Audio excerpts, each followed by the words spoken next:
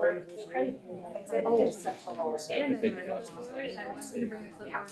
well. Very,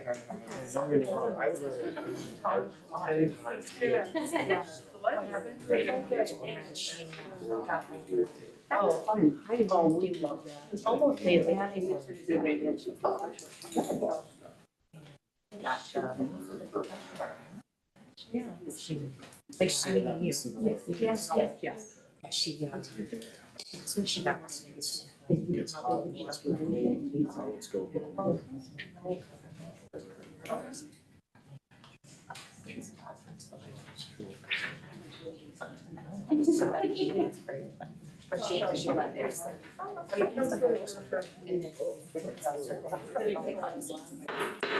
All right, everyone, we'll call the February 9th meeting to order.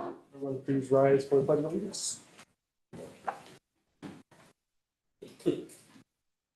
I pledge allegiance to the flag of the United States of America and to the republic for which it stands, one nation, under God, indivisible, with liberty and justice for all.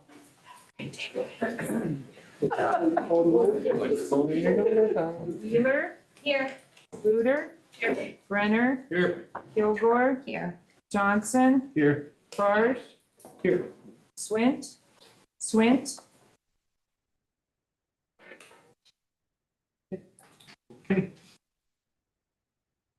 Mission, vision, and values. Our mission is to inspire and prepare students for the next level of education, work, and life. Our vision is to foster student growth and build trusted partnerships between students, staff, family, and community. Education at Wilson Basin School District Number 7 will support our students' intellectual, social, and emotional growth. We will provide students with an innovative curriculum supported by various co-curricular activities. The outcome of our efforts will empower students to make a difference in their community and world.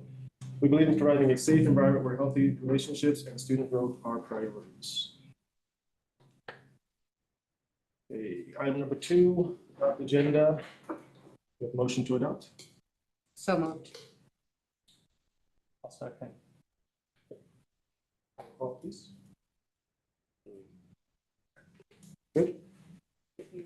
We'll call. You don't need to for. If you want to, though, I can. Sluter. Aye. Brenner. Aye. Kilgore. Johnson. Aye. Wheeler. Aye. Barth. Aye. Okay, we're on item 3, showcasing schools. Tonight we have presentation from Wilson High School.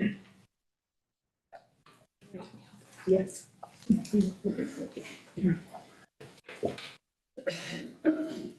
Reason I came. Yeah. All right, hello, I'm Audrey Larson. I think I know everybody. I'm the principal at the high school. You can go to the next slide. We can just do like one of these. Few of the people presenting with me, I have Mark Hennig, assistant principal, Amanda Kemp. Is it Palmer up there? Oh, I didn't fix it. We still call her Palmer, even though she got married. Amanda Kemp, assistant principal, and Dwayne Nesky, assistant principal. So we can go to the next one. I just wanted to start with some fun facts. I think it's fun for you guys to hear. We have 1,349 students that are enrolled currently, 310 seniors, which is our smallest class, and 374 freshmen, Hello. which is our largest class. And we are projected to have 1,441 next year. And then the year after that, it gets more, and then more, and then more. So we just keep growing. We have a really great partnership with Wilson State College, and we're excited about that partnership. We have 594 dual credit enrollments.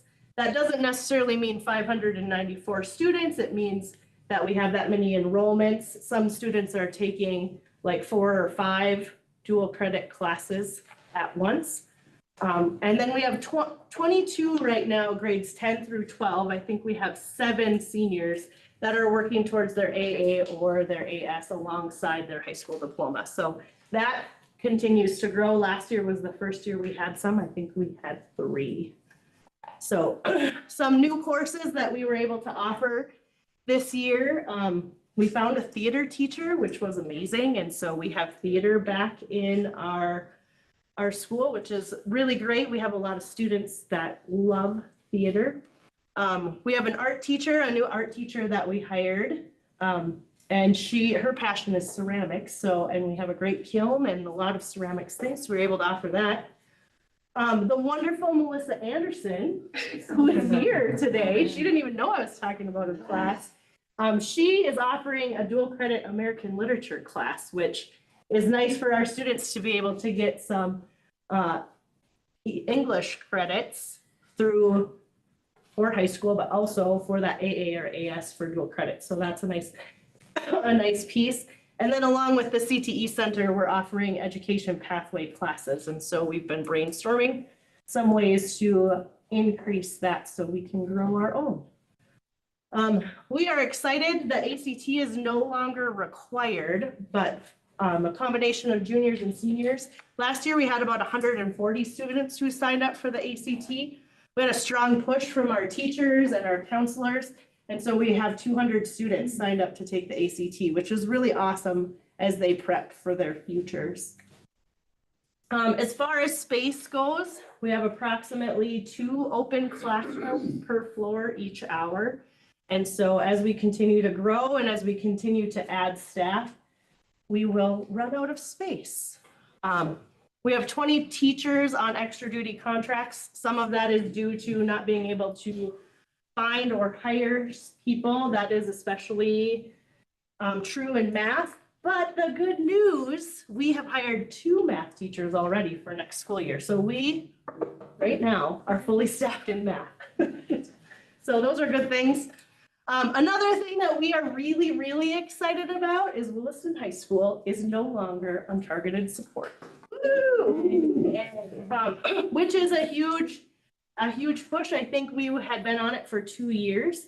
And so I just wanted to share the accountability pie, and I wanted to shout out my teachers and my counselors who worked so stinking hard on moving the needle on our pie, especially in the areas of choice ready and graduation rate. So graduation rate, I think last year we talked, was not accurate due to some of the issues with reporting between PowerSchool and STARS. And so I dug in and found some errors, and then Tessa Helsted took it and ran with it for the state. So our graduation rate numbers are much, much better. So we're really excited about that. So Not just better, but accurate. yes, accurate. So we did a huge push with Choice Ready for our seniors.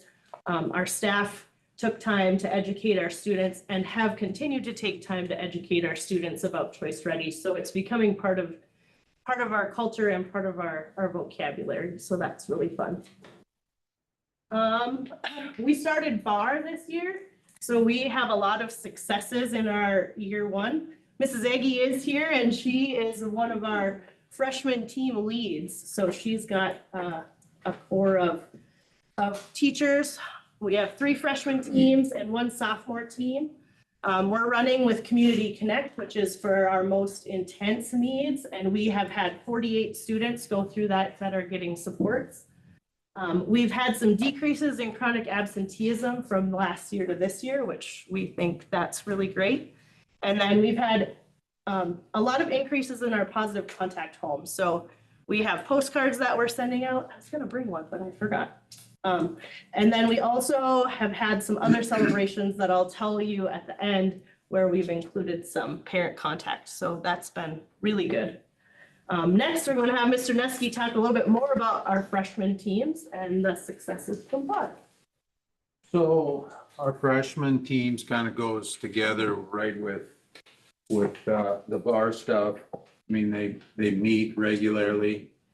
They deal with, or we deal with grades, behavior, parent contacts.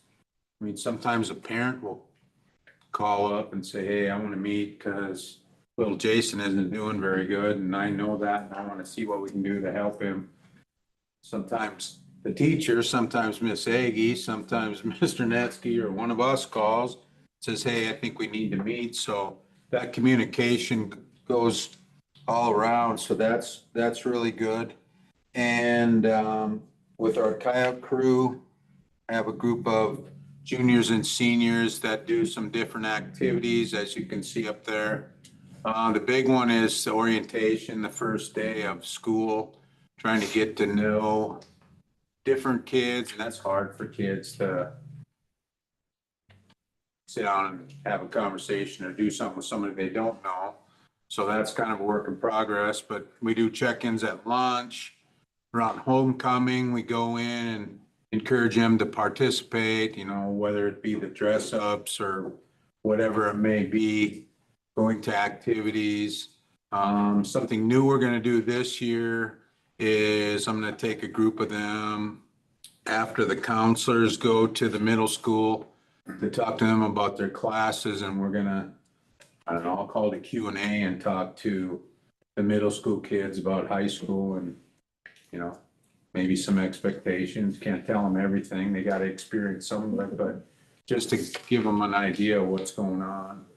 And then we always talk to them before semester tests on what to expect. Tell them, yeah, you better study, just not the night before, things like that. So that's one of the things that I do, along with the engagement survey that we're doing right now.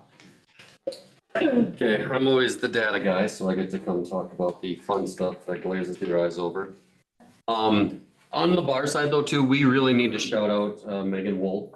She is teaching a US history and AP level geography, and she is facilitating all of our bar meetings. She is, I think if you could go back and tell her right now, ask her again, she'd say something very not nice to us. But she's doing such an amazing job, and she's in the heart of that this year. So we really need to recognize her. You can see here failure rate decreases. We still have higher failure rates, but we've been kind of making it a goal to decrease our failure rates. This has been a struggle, I don't know, as long as I've been at the high school, both as a teacher and especially these last few years. Trying to focus on making sure that the students are doing better. You can see as they get through the high school now, obviously some of this is natural selection, unfortunately, but the kids that we get there, we do get them, we improve with them, we get them to do better. We increase our graduation rate, and we've really increased our choice ready, which we'll talk about again in a little bit. So if we can keep going. Go back though and oh. talk about what the ninth grade team. Oh yeah, I forgot. Part of our bar, we are having our teams identify like 5 students that are going to be kind of their like go-to students. They're like kind of core, like these students really need some intensive help, and they're using their intervention time at the end of the day to bring those kids in to try to focus on them. It's mainly students that are failing that could use that extra little oomph. And I'll talk a little bit more about flex time and some of that later. Here, we just wanted to show we are growing. The numbers were, I'm not gonna lie, really not great, especially that freshman algebra to begin. That light blue is level 1, the green is level 2. If you can kind of see the other dark green there, that's level 3. According to the state, level 1 means they're well below expected, likely well below expected standards. Level 2 is approaching, and level 3 is meeting or exceeding. Our freshmen coming in the fall, 97% were below. So we have a struggle. We are focused. We are trying to work. We have things in place, but we are getting them, and they are struggling. Now, the other thing I'll say though, the NDA Plus test is new. 30 high schools out of 160 didn't get any points in math last year. So there is something that needs to be adjusted that they're working on. Reading's usually a little bit better. You can see again, reading growth. Our score went up in with the sophomores. We're traditionally a little bit more on par there. I'll be honest, when I put the data together, and I've got a link to it, I believe, on here, if you ever want to do it. I'm not going to go into it too much because I'd talk too much again. But traditionally, one thing we've been great about is the winter scores. Most of the state goes down in their percentages that are in the areas, and they go up in their level 1, not like below, and they go down in their hires. We traditionally have been good at lifting our students up and seeing consistent growth in our students. And there's a link to a sheet on here that, like I said, if I brought it up, I'd stand here and we'd be here until 8 o'clock. I don't want to do that. So, but I do have some of the data in front of me, and And we do get it, we build our kids up. Our teachers are doing what they're expected to do and above and beyond. They build our students when you see decreases other places, but it's hard when you've got 97% coming in low. So we've got to figure something out. And we do what we can to try and build that, and our staff does what they can. This is the exciting thing. Audrey, rightfully so, because it is a huge part of our mission and vision is getting people ready for the next level of life. Part of what the state identifies there is choice ready. Are you career ready? Are you college ready? Are you military ready? To be choice ready, you've got to meet two of those three areas. Last year, we got 60% of our kids up from like 40% the year before. This year, the number says 154. Just since we made this, we've got another 10 kids choice ready. We are focusing that this is what we want. We want students ready for the next level. And so this has been our big thing. And it is a big piece of our accountability pie because that's what the state wants and that's our mission and that's our vision. We want kids ready to be successful once they become adults and they leave Wilson High School. And our staff, Haley Janot, Audrey, our counselors, they have pushed us. The kids understand what it means. And this is something that we have been amazingly successful at. And it's something I'm very proud to be a part of. So yeah, and we're also kind of getting our numbers sorted. So we should be actually kind of pretty close to that 60 already, that 60% and improving. So very proud to be a part of that. Flex time. This is one of the things we put in to try and help our academic scores. It's been a struggle. We're still adjusting. We're still trying to figure out the best way to do it. The intervention time of the teachers has been hugely successful with the kids that are there. When the kids show up with their scheduled interventions with their teachers, they are getting smaller sized, more intensive, individualized instruction to get better. And we are seeing the improvement there. The struggle has been with the kids that aren't scheduled and trying to help them find a place to just get their work done, because by this time of the day, what we've noticed is some kids are checked out. So we're adjusting. This is never static. The teachers cover study halls. Study hall has become a dirty word a little bit. But we are trying to do it, but this is another place to build relationships, which is what we are really trying to that's part of the bar, that's part of everything. So, and then part of the flex time and part of like for the student stuff is gonna be the next slide with Mrs. Kemp here, who has done some amazing stuff in helping me out with the flex time and taking over some of the stuff there. So sorry I spoke too long again, but thank you. A lot of good stuff. Yes, so this is something I'm really excited about. The idea of peer tutoring came up and we were trying to get kids to do it. And it was really hard to just convince kids to just do it for fun. Come back to school at 3:00 if you're a senior and tutor some kids. And so then we brought it to people and to teams and stuff, and we managed to find a way so that we could pay our kids. So we have 10 upperclassmen that have been hired. They tutor in math, science, English, and history. They do the same thing any Williston Basin employee does. They go through interview, references, background check, fingerprinting. It's a great experience for them. Most of our kids that are doing it want to be teachers.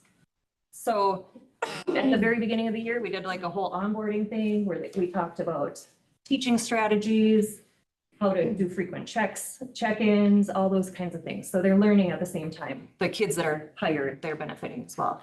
So then the students that are coming to tutoring are, maybe we get a call from a parent that's like, hey, my kid's struggling. What can I do? This is one of our options. Staff, counselors, bar leads to a lot of those referrals. We'll go to the big block meetings. They'll say, oh, this kid, and this kid really needs some help. And then students can also request to be in tutoring. So I haven't come up with a good word for it yet, but I kind of say they like graduate out of it. So when they're doing really well and they don't need it anymore, we kind of push them out a little bit to make space for other kids that need it. But they always can come back, and some of them do. And they're like, I have a big test, I need some help, and they'll just sign up for a day. So it's kind of cool. I mean, that shows that the program's working, I think. That's some like qualitative data that shows that we're getting good results from it. We also send a welcome email when the kids are invited. So I send it to the students and to the parents. And overwhelmingly, the parents are like, thank you. Thank you. I'll tell them to go. They don't always, like Mr. Hannick said, it's effective when they show up. But it does help to have the parents saying, hey, are you going to that tutoring thing? They signed you up for that. It's limited space. And then, so if like a student is brought in, so then I just kind of put there what they do. But they sign in at the desk, pick up their folder. Mrs. Riley's been a huge part of this, and she helps fill folders with work and write down what missing assignments they have. And then they decide what they're working on. They go work with a tutor based on who's there. We usually have about 25 to 30 kids on the list at a time. So it's been pretty good. All right. And then another thing I'm excited about, we've had academic support at the high school for a long time, way before I got here. And it's a class that's usually there to help kids that are struggling. This year, we brought in a program called Tutor by Teacher. And so what that is like certified teachers that work online. So we put 5 kids in a group to work with these teachers. They tutor in algebra, pre-algebra, geometry, English 9 we have right now. And they're working on the subject and the skill. They're not necessarily working on homework like the peer tutoring program. They're working on, you know, what are the base skills in algebra, pre-algebra, so that they can help build up some of that stuff like he was talking about. It's Dr. Schneider's the teacher. And so he works with them on Monday, Fridays to do like a structured study hall, watches their grades, does all that stuff. And then on Wednesday, Thursday, Friday, or no, that's wrong. Sorry. On Tuesday, Wednesday, Thursday, they work with the tutors in that small group. So, oh, and it replaces one elective and they get a half credit still elective. So kids like it. The parents are also overwhelmingly supportive. And then on the next slide, it just shows some of the data that we've had from the program so far. So last semester, you can see 43% of the daily exit tickets over the course of the program showed mastery. And then you can see the red line on there is not big. I can't see it because my eyes aren't, I can't remember the percentages, but the other part is progressing. So if they're not mastering it, they're progressing, they're making some progress. And then as far as the growth by subject, it looks like there's been about a 10% growth in both subjects, from the pre-assessment to the post-assessment.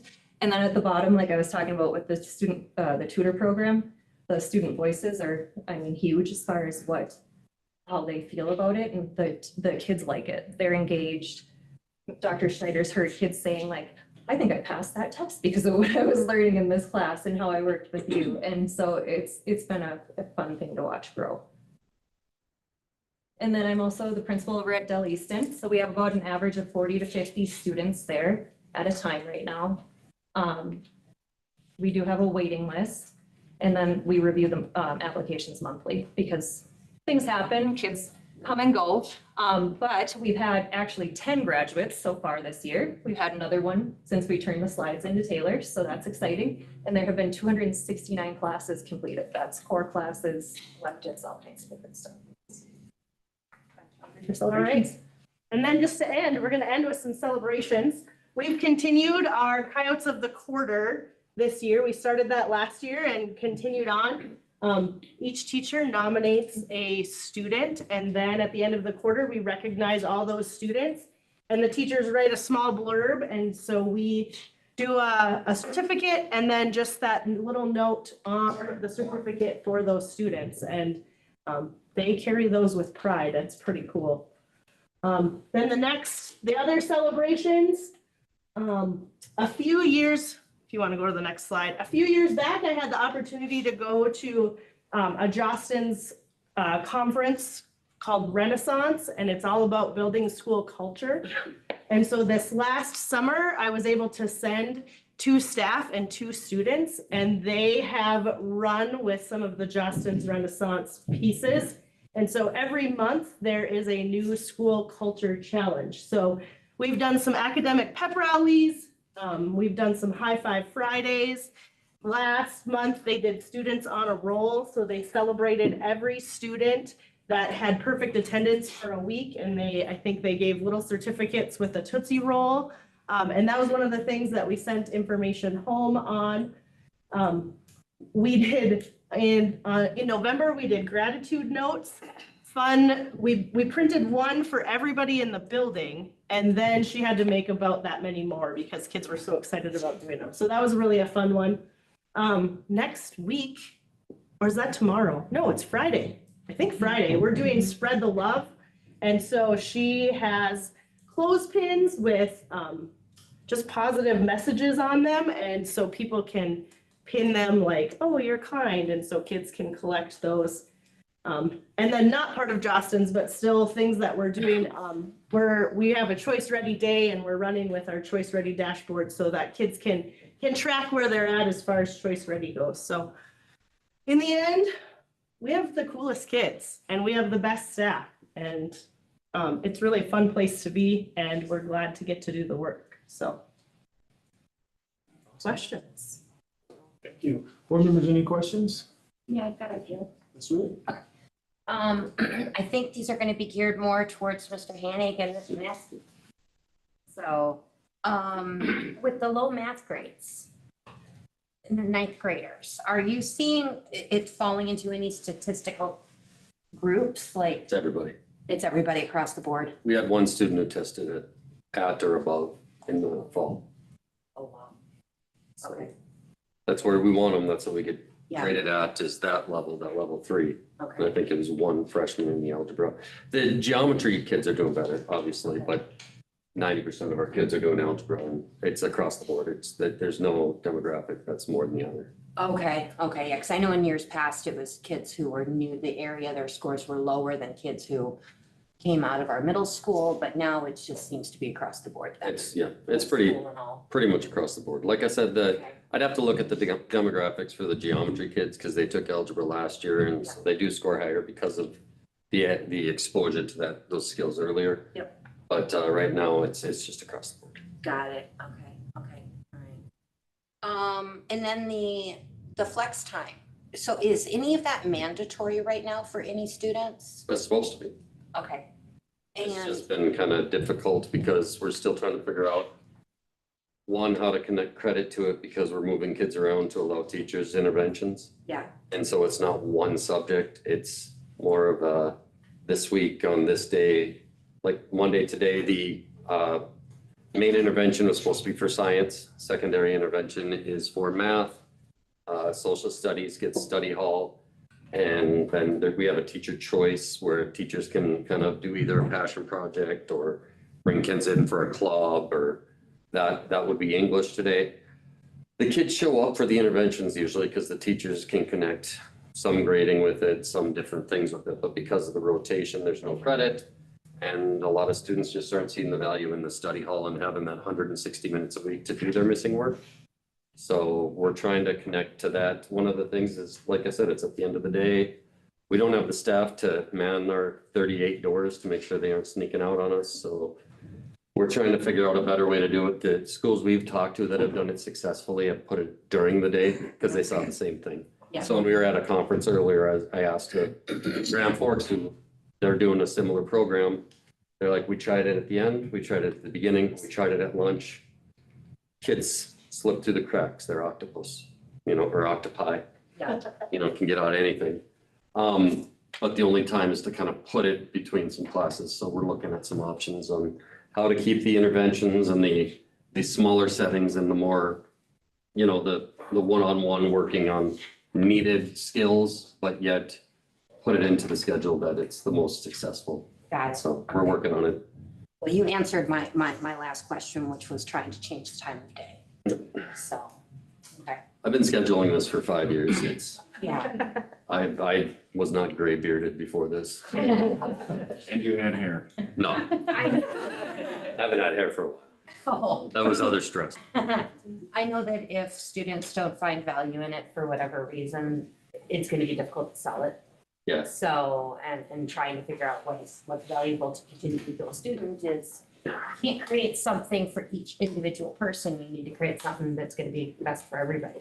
Yeah, you gotta one size fits all as much as you can while still focusing on the individual. But it is frustrating when you see the majority of failing grades due to lack of effort or work, and you give them almost 3 hours a week to do work at school with an adult. It's frustrating. Well, thank you. Thank you for the presentation and thank you for all you guys' hard work. I do appreciate it. I know all parents do as well. Anyone else? Yeah. I think mine's more for Mrs. Kemp. Tutoring program, is there any, is that a program that you're looking to grow or Yes, managing 10 seniors, is it, possibly a burden for supervision? I would love to bring in some teachers, teacher leaders that could help with that. Maybe even give the kids an opportunity to help with doing some training and lead jobs and stuff. But yeah, we've talked to Audie over at the middle school. She would love to try to get some of the kids over there. We have that education pathway through CTE now. We could do some coordinating, like I'm up for growing and we can, because it's increasing the number of teachers, hopefully future teachers too. And it helps the kids. As far as Del Easton, is there any way to expand that program or I think for the 40 to 50 students in there, what's the waiting list like? Do you have the room for growth? I would say that there is room. I would say that the application process is very helpful for students because some of them are not mature enough to handle that style of learning where it's really on their own. They're managing their time, which is really a challenge for some of our students who are younger and haven't managed those executive skills. And so we're trying to build those for the students while they're at the high school with more supports, more social workers, more counselors to help build those skills so that we can get them ready. So we have a lot of conversations with those kids that are on the waiting list about what we're looking for before we're ready to take them over. I see a lot of personal connections that your administration makes with the students and you guys are visible. So I appreciate all your efforts and everything you do. Any others? I'll just piggyback on Mr. Brenner's comments. I also wanted to hear a little bit more about the tutoring. I thought that was awesome.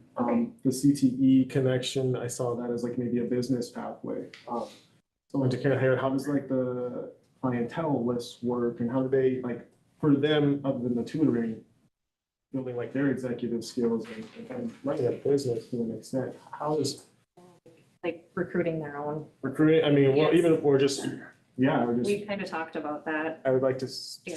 however, how does that grow? And kind of was answered that is kind of getting into the middle school levels, which puts me back to like the bar and that peer to peer stuff, which is awesome. So And like I have a child that wants to teach elementary school, so some kids maybe don't want to tutor at a high school, but maybe if there was some tutoring opportunities at an elementary school, if we ever got to grow in those directions, we might have more kids. Yeah. Because people go in different directions as far as whether they like secondary or primary and stuff for teaching. once you ignite that passion. This is the first year you've done it, but we do have the career co-op kind of courses with Jenna Jarrett where students could possibly be tutoring at those schools and taking it for Yep. credit and Yep. also I think kind of there is a working couple that. So They now, do, yeah, in with the daycare afternoons, students. well, they go to an elementary school. there are two, I think. Yeah, Yep, that go to an elementary school, but they don't get paid. they don't get That's paid, the but they'll get difference. a They get the credit for credit, it. yes. And the tutors get a credit plus they get paid because the career co-op, like you don't have to be a tutor or work at a daycare. You can work somewhere else as long as it fits in one of the CTE pathways. And then they get a credit for working. So we're able to make those connections in the community then too.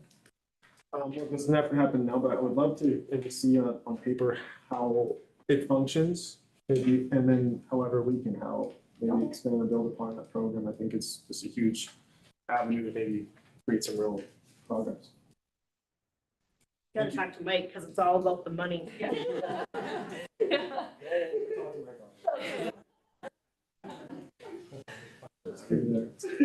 If there's nothing else, really appreciate that. Thank you. Were we quick enough? Were we fast enough? Well, you talked a lot, Mr. Hank. Like 8 slides. You Talk about as do. You have much more as one slides. slide. We move on to item 4, public comment. All right, public participation at board meetings is governed by district policy BCBA. Meetings of the board are conducted for the purpose of carrying on the business of the school and therefore are not public meetings but are held in public. It is the policy of this board to afford that opportunity in accordance with the following procedures in North Dakota Century Code 44-04-220.1. Only items on the published agenda or in the previous meeting's published agenda will be discussed at any meeting of the board unless superintendent or board member requests addition to the agenda. At a regular meeting, the board members present approve in accordance with the school board policy. No individual may speak more than once. Please state your name for the record, state the agenda item you are speaking to.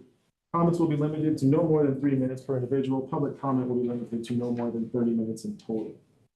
The board had adopted policies governing patron complaints. The public is required to seek redress through these policies. The public will be prevented from commenting on a topic if it is governed by a district complaint policy and the complaint has not followed the procedure contained in the policy and/or the policy prohibits the public from bringing the complaint before the board. 2, concerns of the topic that is prohibited by law from disclosure to the public, such as a student's educational record. Undue interruption or other interference with the orderly conduct of the board business cannot be allowed. Defamatory or abusive remarks are always out of order. The presiding officer may terminate the speaker's privilege of address if, after being called to order, she or he persists in improper conduct or remarks. Furthermore, any individual who is persistently disruptive of a board meeting may be removed from that meeting by order of the presiding officer. All board members will not. If you wish to provide public comment this evening, please step forward to the podium, announce your name for the board, for the record, as well as the agenda item you are speaking on this evening. Is there any public comment? Looks like we do.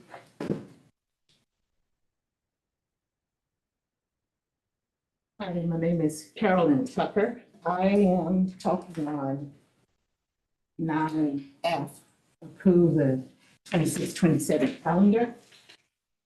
And the frequently asked questions, it says, what days are the school required to be closed? Under North Dakota state law, any day declared a public holiday by the President of the United States or the governor. Why isn't MLK a day off of staff? MLK Day is a day required by a day declared a public holiday by the President of the United States and the governor. It is also listed in the North Dakota Century Code as a public holiday.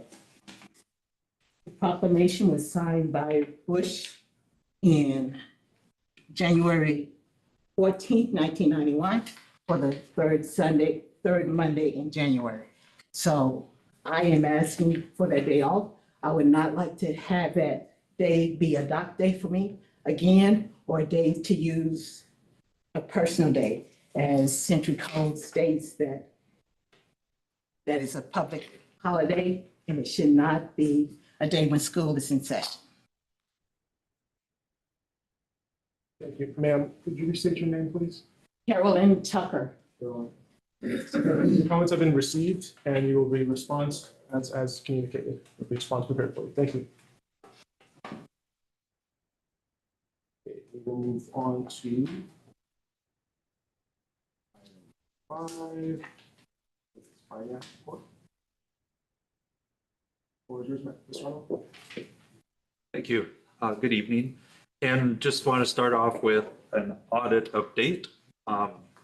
It's not done yet, but we are getting closer. We're getting more and more of the pieces of the puzzle put together for them from prior years, 23 and stuff. So that's what's been, kind of hanging things up, is just trying to figure out how everything was done and where it was put, and trying to find supporting documents to make sure that everything was there so that they have it all to put in their report for you folks as far as what their findings are, and so that they have something to back up, what they're doing and stuff. So it is still being worked on. It's been taking a lot longer than what they even anticipated, what we anticipated. But, with being state auditors, they get pulled other directions too, so they're not just 100% working on our stuff either, so. But it is still in the works. Any questions on that? So with the monthly financials, so again, these are as of December 31st. And again, like I explained last time, that from the end of the month to when information needs to be submitted or to get to you guys by the board meeting date, there's just not enough time to get the immediate month done. So, so this is for December. One thing that I'm trying to work on and do a little bit different is with the federal revenue. We're doing a good job now of keeping the current year's stuff up to date and getting the reimbursements as we go each month. So we're submitting claims each month, but you'll see that there's, a significant amount coming in there, but that's also because we went back and have caught up the prior claims.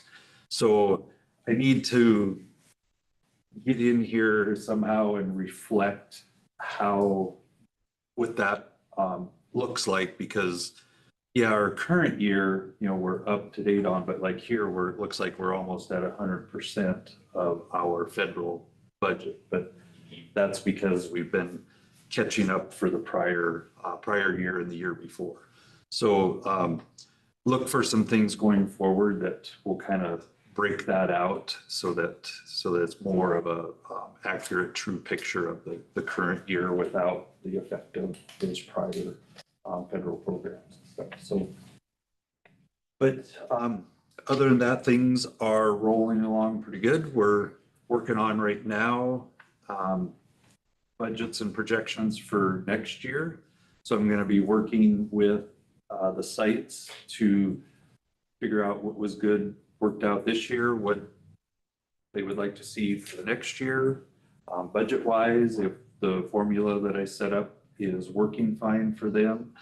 And then the other big piece with Sloan coming online, we're making sure that all of the payroll is covered, the operating costs are covered.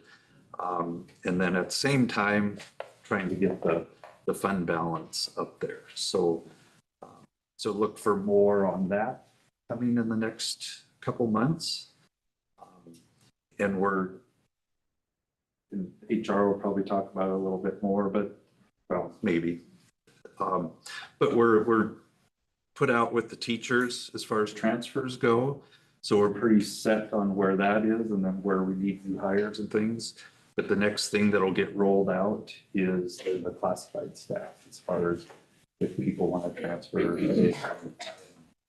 making sure that we have the positions that we need covered there. So lots going on this spring, and just trying to keep the budget in line, but then also cover all of our costs for curriculum and going from there. So, questions? Questions more? Thank you, Michelle. Yeah.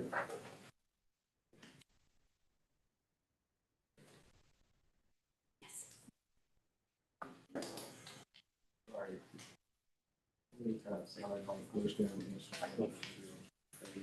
You stand here. All right. They're so eager and excited to go, they just want to start Monitoring talking. report, let's go. All right, so here we go. So we're going to talk about OE4 monitoring report, superintendent's interpretation. I'm going to have HR go through, and we're going to talk about all the things as far as safe and equitable hiring practices, proper screening of employees, volunteers, ongoing staff training. As you can see, there's about 13 points that they have. So I believe before we begin that I'm in compliance with this, but I'll let Judy Billikus and Amanda Denneman get into the details. Hello, school board. Dr. Dermondson. So we know that you've had the operational expectation in your board packet. So what we want to do is just kind of highlight those things that we're really proud of. Because I feel like we were just here not too long ago, kind of telling you what was going on in another aspect.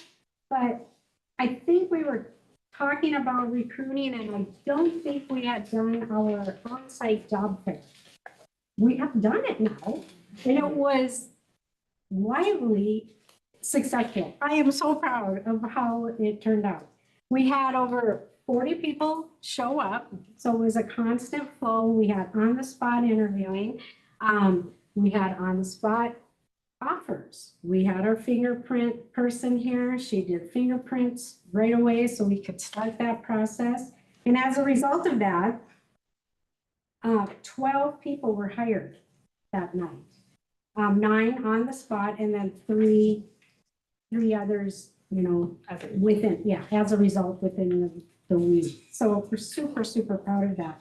And we also invited some of our partners, school district partners, to also be on hand to do interviewing and on the spot hiring if they wish. Harlow's Transportation and the after school program. So that's one thing I wanted to at least just spread that, because we will probably be doing it again because it was so successful. The other thing that I think we talked about, I know you approved it, is our volunteer background check through B-Checks. That's rolling, and that too has become super successful. So around Christmas time, and principals need all these volunteers for Christmas parties, we can get background checks for volunteers back within 48 hours. It's even much sooner than that, like 24 hours. So those are 2 definite ones that I think might be new since the last time we presented. Was there anything you wanted to mention? No, I think you hit them. Do you have any questions about the operational expectations of our first? There's a lot. We didn't want to go bullet point by bullet point. Board members, any questions?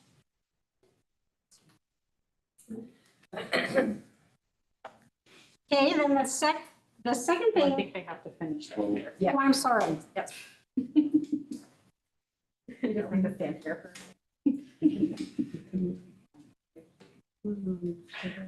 So board members, we're looking for in compliance. Or do we need more information? Just kidding. Questions for the HR report? I'll make a motion. That's all right? Okay, great. So I will make a motion that OE4 is in compliance and the interpretation is reasonable. A motion, do a second? I'll second that motion. Okay. All those, Paula, would you call the roll?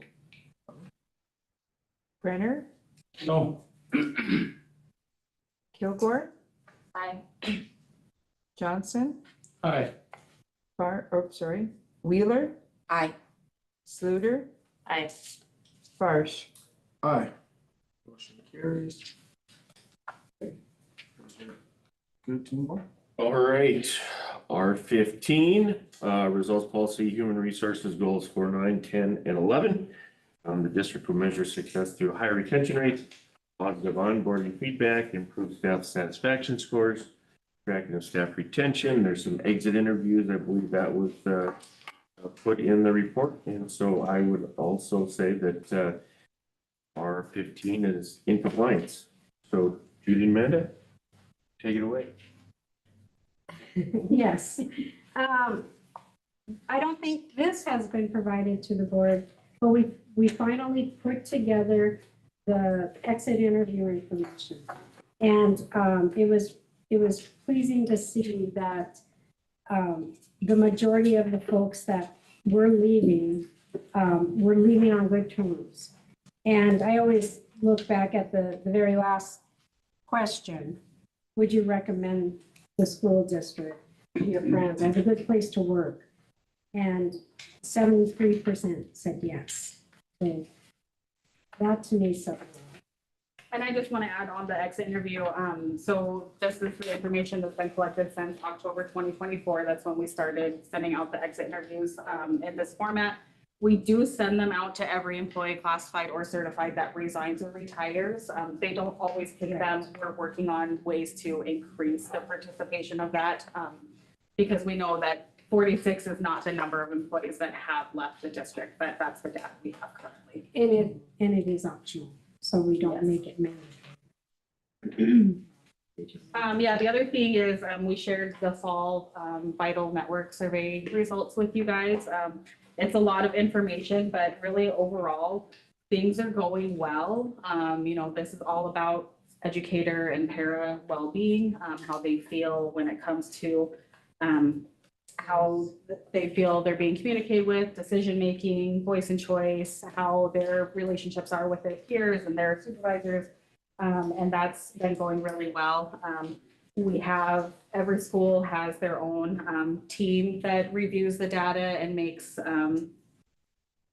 different goals on how they can support the teachers further in their buildings. We have a district team as well that meets monthly, and we're working on different things from a district standpoint. A lot of things that have already happened is redoing the PD committee. That was a thing that happened before. It has started up again based on a lot of the data that we received. Making sure that teachers just have more of that communication as to why decisions are being made, or at least having more input into some of these big decisions that affect them. And that seems to be going well. So we're excited about that data as well. We think it reflects that people are feeling more, feeling happier here in the district. It's been a lot for 5 years, and I think that everybody that I've spoken to anyway feels pretty good that things are moving in a good direction, so. Any questions? Members, any questions? Yeah, I just have a quick question. Yes, Ms. Moore? I know it's hard to capture data from like exit interviews, especially sending them out. What would you say from like, did you say October of 24? Up to like when you did that, how many, like if you can think off the top of your head, how many resignations have there been? Honestly, I don't even know that I could tell you, and I can. Oh, that's okay. We can definitely get you a number. Yeah, though. no, that's okay. I understand. I just wanted to kind of see like, It's hard. I mean, honestly, like when it comes to classified employees, we have resignation probably on average one every week. I mean, that's the reality of it. Certified teachers, I mean, not as much because they usually stay for the whole year, but our classified staff is a lot to keep up with. yeah, no, I think you guys are doing an awesome job. I couldn't imagine. Would you guys consider the Vital Network survey kind of like those state interviews? It kind of sounds like it from the data that you just kind of said about like the PD committee and like based off of that data that you received, but would you consider that kind of like your state interviews? I mean, you could kind of Yeah, look you at it could like look that. at it. Because some of the questions are, how do you feel about your coworkers? Do you like coming to Do work you every have day? support from your admin? Yeah. You feel supported, yeah, so. And I think it's great you guys are taking that data and putting it to use and listening to that. So you guys are doing a great job. I understand how hard it is. You guys, you're killing it. Thank you. What was the participation rate in the Vital Network? It was high. I should have brought that. It was like in the 90s. We had almost everybody participate, which was great. Our principals and our Vital committee have done a great job pushing it and making sure that we have high participation. They're doing it in meetings and everything to make sure that everybody did it so they couldn't leave. Obviously, we want to make sure that we're capturing everybody's opinion, right? Not just 5 people out of a staff of 50 are doing it. With the Vital too, just so you guys know, I didn't think to include that, but new this year, the principals actually have their own survey where they get to do basically the same questionnaire, but it's more related to their viewpoint as an administrator. And so that's new this year. Still, the data is good. It was very good. Yeah. So Yeah. I didn't think to include it. So we'll include that in an update so that you guys can see that too. Any further questions? One quick one. Ms. Moore? Is there a way legally to incorporate an exit interview mandatory? We would love to, but no. And you know, sometimes when I send it or even talk to them, I said, you don't have to, don't have to fill it out. You can wait. You know, sometimes people need space from the employer. So I said, we can take it whenever you're comfortable. Yeah, and we tried to make it easier. It used to be like on a paper and we have to send it to them. It's like a Google form kind of a thing now. So once they have that link, they can take it whenever they want. But they can, if they prefer to do it in person, I'm more than happy to do it.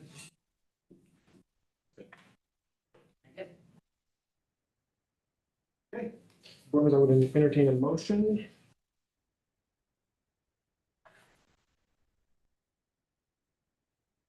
Any further discussion? I will make a motion then on health policy 15 as being in compliance and the interpretation is reasonable. I'll second. Motion and a second. Will you call the roll, please? Kilgore, Aye. Johnson, Aye. Wheeler, Aye. Sluter, Aye. Brenner, No. Barth, Aye. Motion carried. Well, before we move forward, did we get a roll call on finance one? don't need one. Informational. Okay. Good call. All right, we'll keep it moving. Planning meeting report. 7A. Yep, that's me. All right, so you guys have the committee meeting notes in the board book. We had two separate meetings this month. One was an impromptu special meeting in order to make some approvals. Later on in the agenda, you will see that there is approval for various projects. The planning committee has moved to recommend approval of those in regards to the furniture pieces, what's going on in Swollen, and the change for Lewis and Clark deferred maintenance HVAC project. I imagine that Ryan's gonna have some updates for you guys, so I'm not gonna get into any great detail. But if anyone has any specific questions about the committee meetings, please feel free to ask.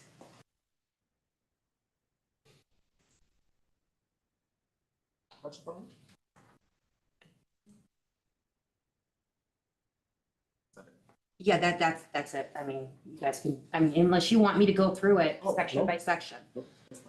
Because they're quite lengthy. Our meetings are not short, so we'd be here a really long time. Like our process right now. They are fun. They are fun. The one little side note that I did want to just add really quickly, if I may, the art that's going to be going in at Sloan is going to be very, very, very cool. Very cool. Having the mural set up with the Sloan brothers, Kermit and Wesley. Thank you. It's going to be very neat for the students and the staff within that building to look back on these brothers and the family's contributions. So, just a little personal side note there. Go a long way with building culture too. Absolutely. We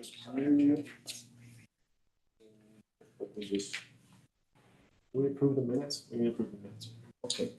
They are included in the minutes at the bottom, so they'll be in the consent agenda. Governance committee report, then we'll just keep it moving. We go back. Do you want to do that one? Mr. Brenner or was it you? Mr. Smith, obviously not here, so. No. Let me pull it up because I don't have those in front of me. Apologies.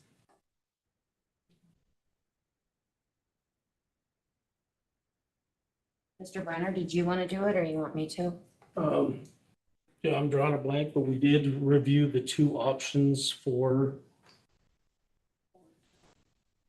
board terms. So.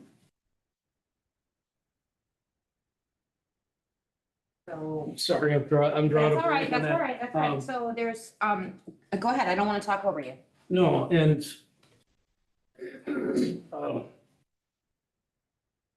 correct me if I'm wrong, but I think we were kind of leaning toward the option it was most financially responsible, I guess, for the district. Correct.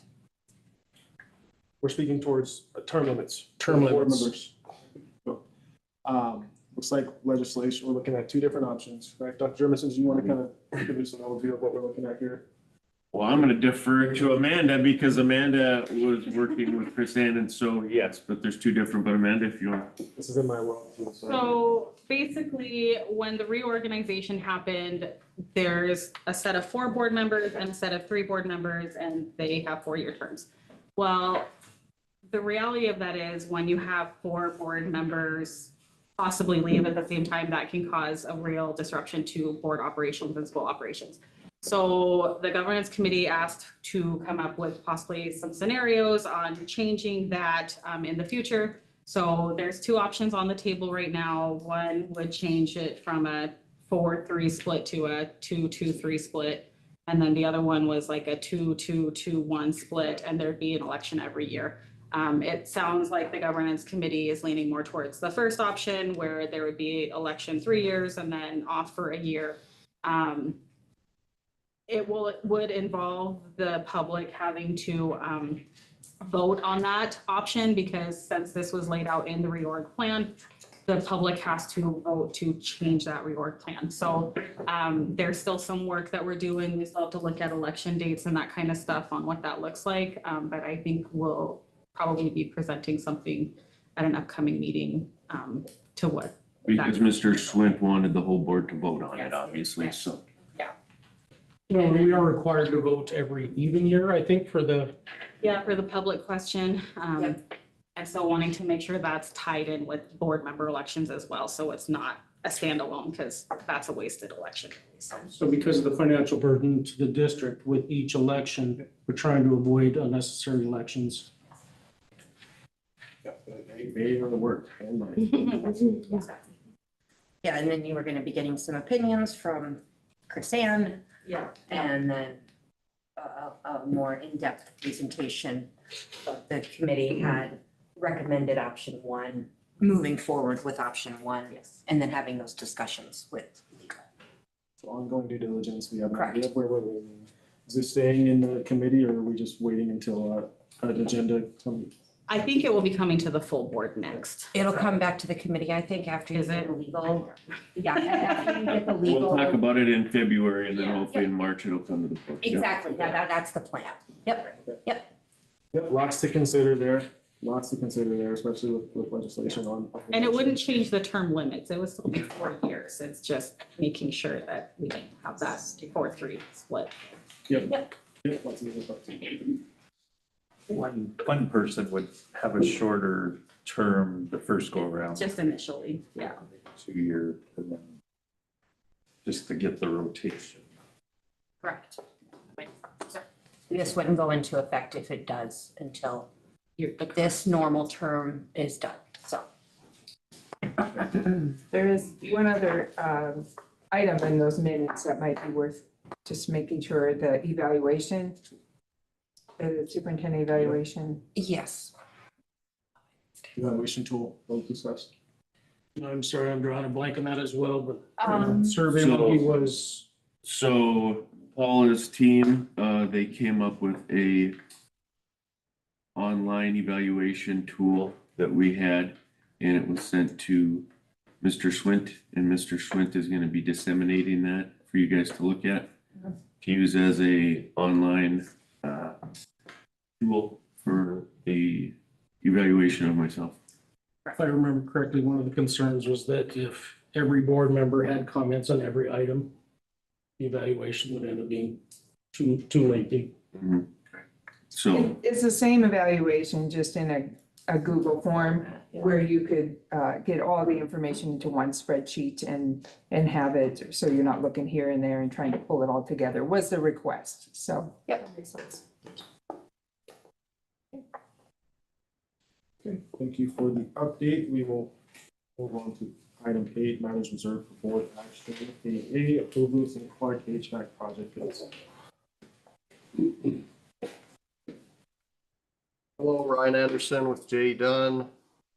Here to really go over our guaranteed maximum price proposal for the next phase of the deferred maintenance work. And this is the Lewis and Clark HVAC. So that is what's included in the board packet, is that guaranteed maximum price amendment. I want to do a quick recap of kind of the genesis and evolution of this project. And I want to hit on that amendment, and then I want to kind of tie the financial closeout of Hagen HVAC into this.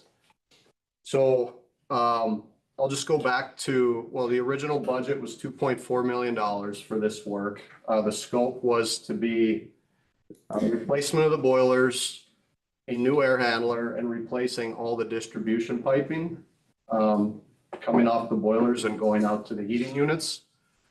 The air handling unit did not have any fresh air features. It was just simply replacing the non-working unit that's on the roof and supplying new air through the existing ductwork. So that, our budget was 2.4. Our first estimate came back on that at about 2.5 and a quarter. So we're at the board workshop in August, we're about 125 over. The thing at that time was, we don't know if we need to replace the piping. Let's do some investigation. We did that investigation, figured out we didn't need to replace the piping. We ran another estimate that saved $535,000. So at that point we were, no, that saved 600 plus thousand, and we went from being 125 over budget to $530,000 under budget. At that point, a discussion was had about maybe we should put some fresh air features on the air handling unit to just not push supply air in, but also do fresh air. And that would match what was done at Hagen.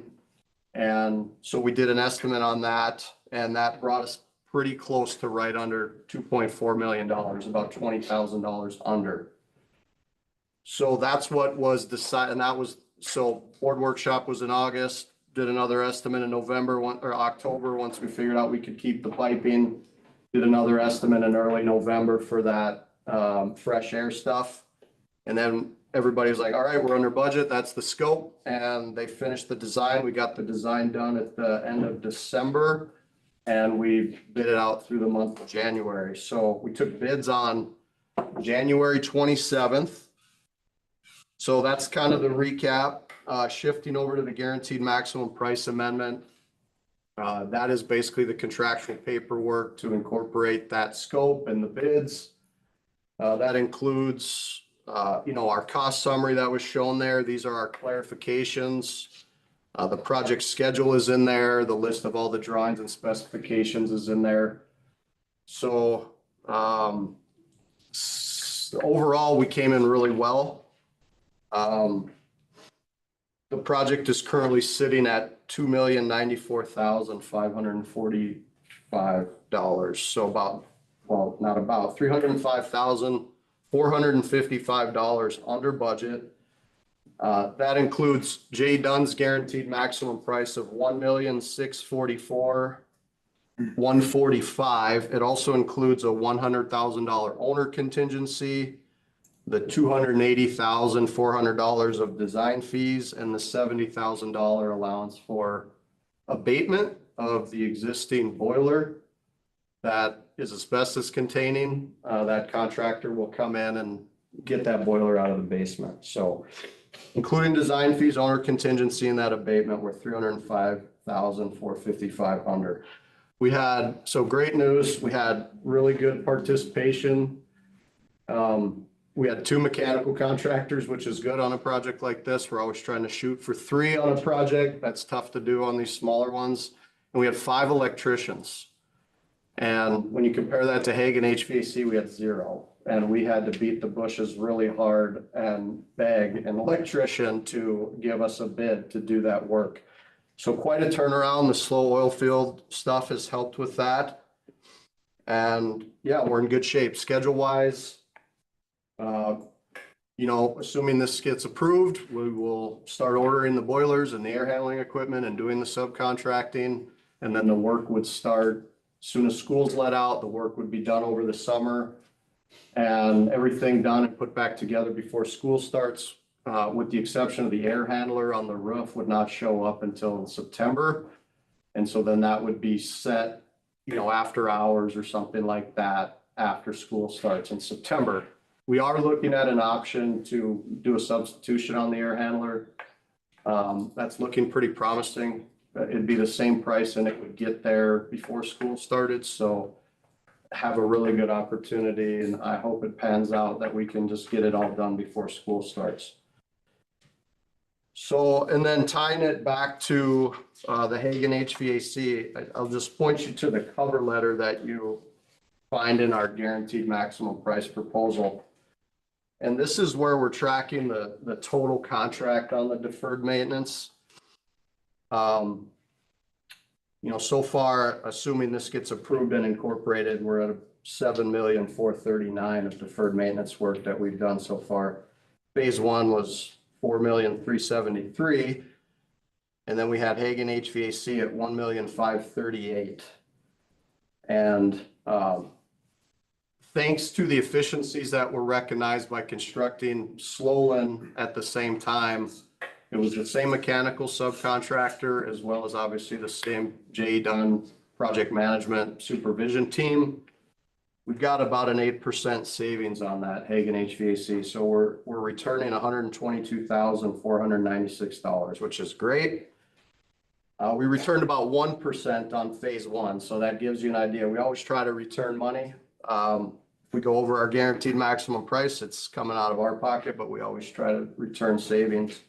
So a lot of really good saving return there, $300,000 under on this one. So yeah, it's going well. We're targeting the next projects already to start design, which would be either Rickard HVAC or Wilkinson HVAC. Any questions? Questions? This is one of the pieces that the planning committee has approved and recommended approval from the board. Should have mentioned that. Deal Sorry. plus. Okay. Thanks, Ryan. I'll entertain a motion.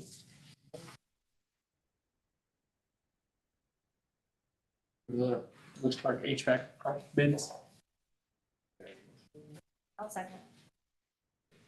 Motion by Sam with a second by Brittany. Please call the roll. Johnson, Aye. Wheeler, Aye. Sluter, Aye. Brenner, Aye. Kilgore, Aye. Barsh. Aye. Thank you. Thank you. Appreciate the work you guys are doing. I should say this. Amen. Okay, move on to item 9, superintendent consent agenda. Wait, no. No. Furniture. We need some furniture. IOC, IDC approved solar furniture bid. Standing. All right, Nick Lippert, DLG Architects, can't let Ryan take all thunder. We have some savings in this conversation too, so good job. All right. Ryan's definitely gonna win. All right. As you remember, furniture, and what we call FF&E, fixtures, furnishing, and equipment. This was a long process that involved not only staff, but also administration on what would be best, not only aligned with some of the standards the district has, but also what the functionality is for Slolan Elementary. Very early on in the project, and I would say early on as in bond time, we'd established roughly about $1.2 million for the furniture budget itself in the soft cost, so again, directly to the district. Through this process, we've been tracking that. At this point in time, we received 2 bids. We actually received third, but the third one did not quite meet minimum standards and was not opened, but we've received from Fireside Office Solutions as well as Inner Office. The packages were, there's 4 different packages on the project, and that was built in that way to be able to really specifically select some of the needs if we need to pull some safety levers on the project, so on and so forth.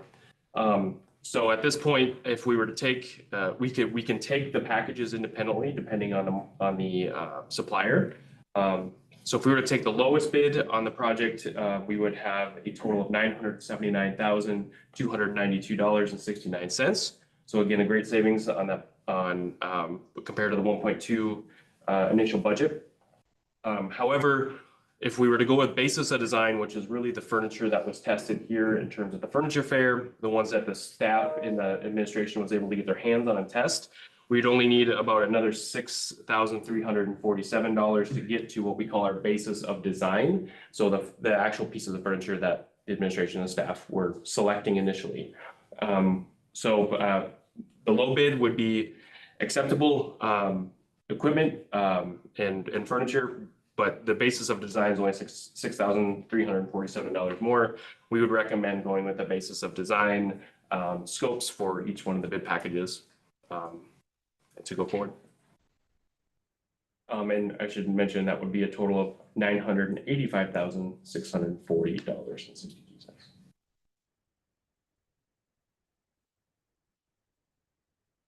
Any questions, comments? Just a quick comment again, that this was also planning committee recommendations. Also good to hear that staff are involved in this process. Yep, we had the furniture fair. You're able to sit in some of the furniture when it was in the street. So good testing of it. Right. We don't entertain a motion. I move that we approve the swollen furniture bids as presented. Sweeter, Second? second, Mrs. Silver, Paul, please call the roll. Wheeler, Aye. Sluter. Aye. Brenner, Aye. Kilgore, Aye. Johnson, Aye. Barge. Aye. Motion carried. Thank you. All right, moving on to item 9, superintendent consent agenda.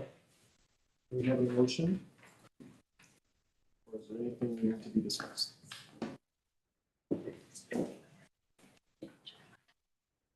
I motion to approve the superintendent consent agenda. I'll second. Paul, please call the roll. Sluter. Aye. Brenner, Aye. Kilgore, Aye. Johnson, Aye. Wheeler, Nay. Barge. Aye, motion carried. Okay, If I could just say one thing, yes, please. I would just like to give a shout out to Mr. John Monger. His resignation letter, he's worked for the district for like 36 years. He's been a mainstay of Hagen. And when you look in the dictionary and you see male elementary teacher, there's a picture of him in there. So I just want to give him a shout out and thank him for all his years of service. You're watching. I'd like to second that. He's had a positive impact on a lot of students and families over the 36 years that he's been a teacher. That's awesome. I'll piggyback really quick because both of my girls went to Hagen for a short period of time and had interactions with him. And he was a great impact. And then my youngest daughter did a lot of work over at Hagen recently, and he was a very good mentor.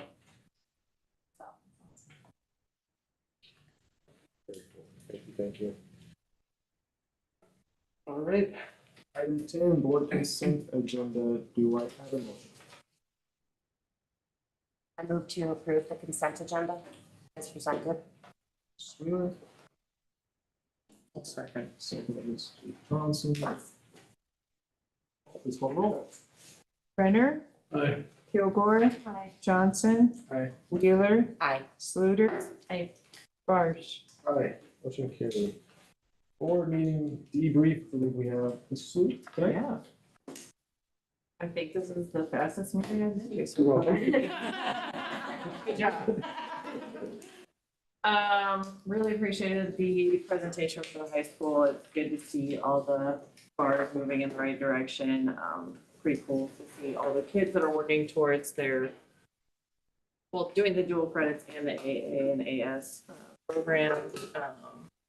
It's exciting to see the implementation of bar at the high school level. It'd be cool to see that grow there.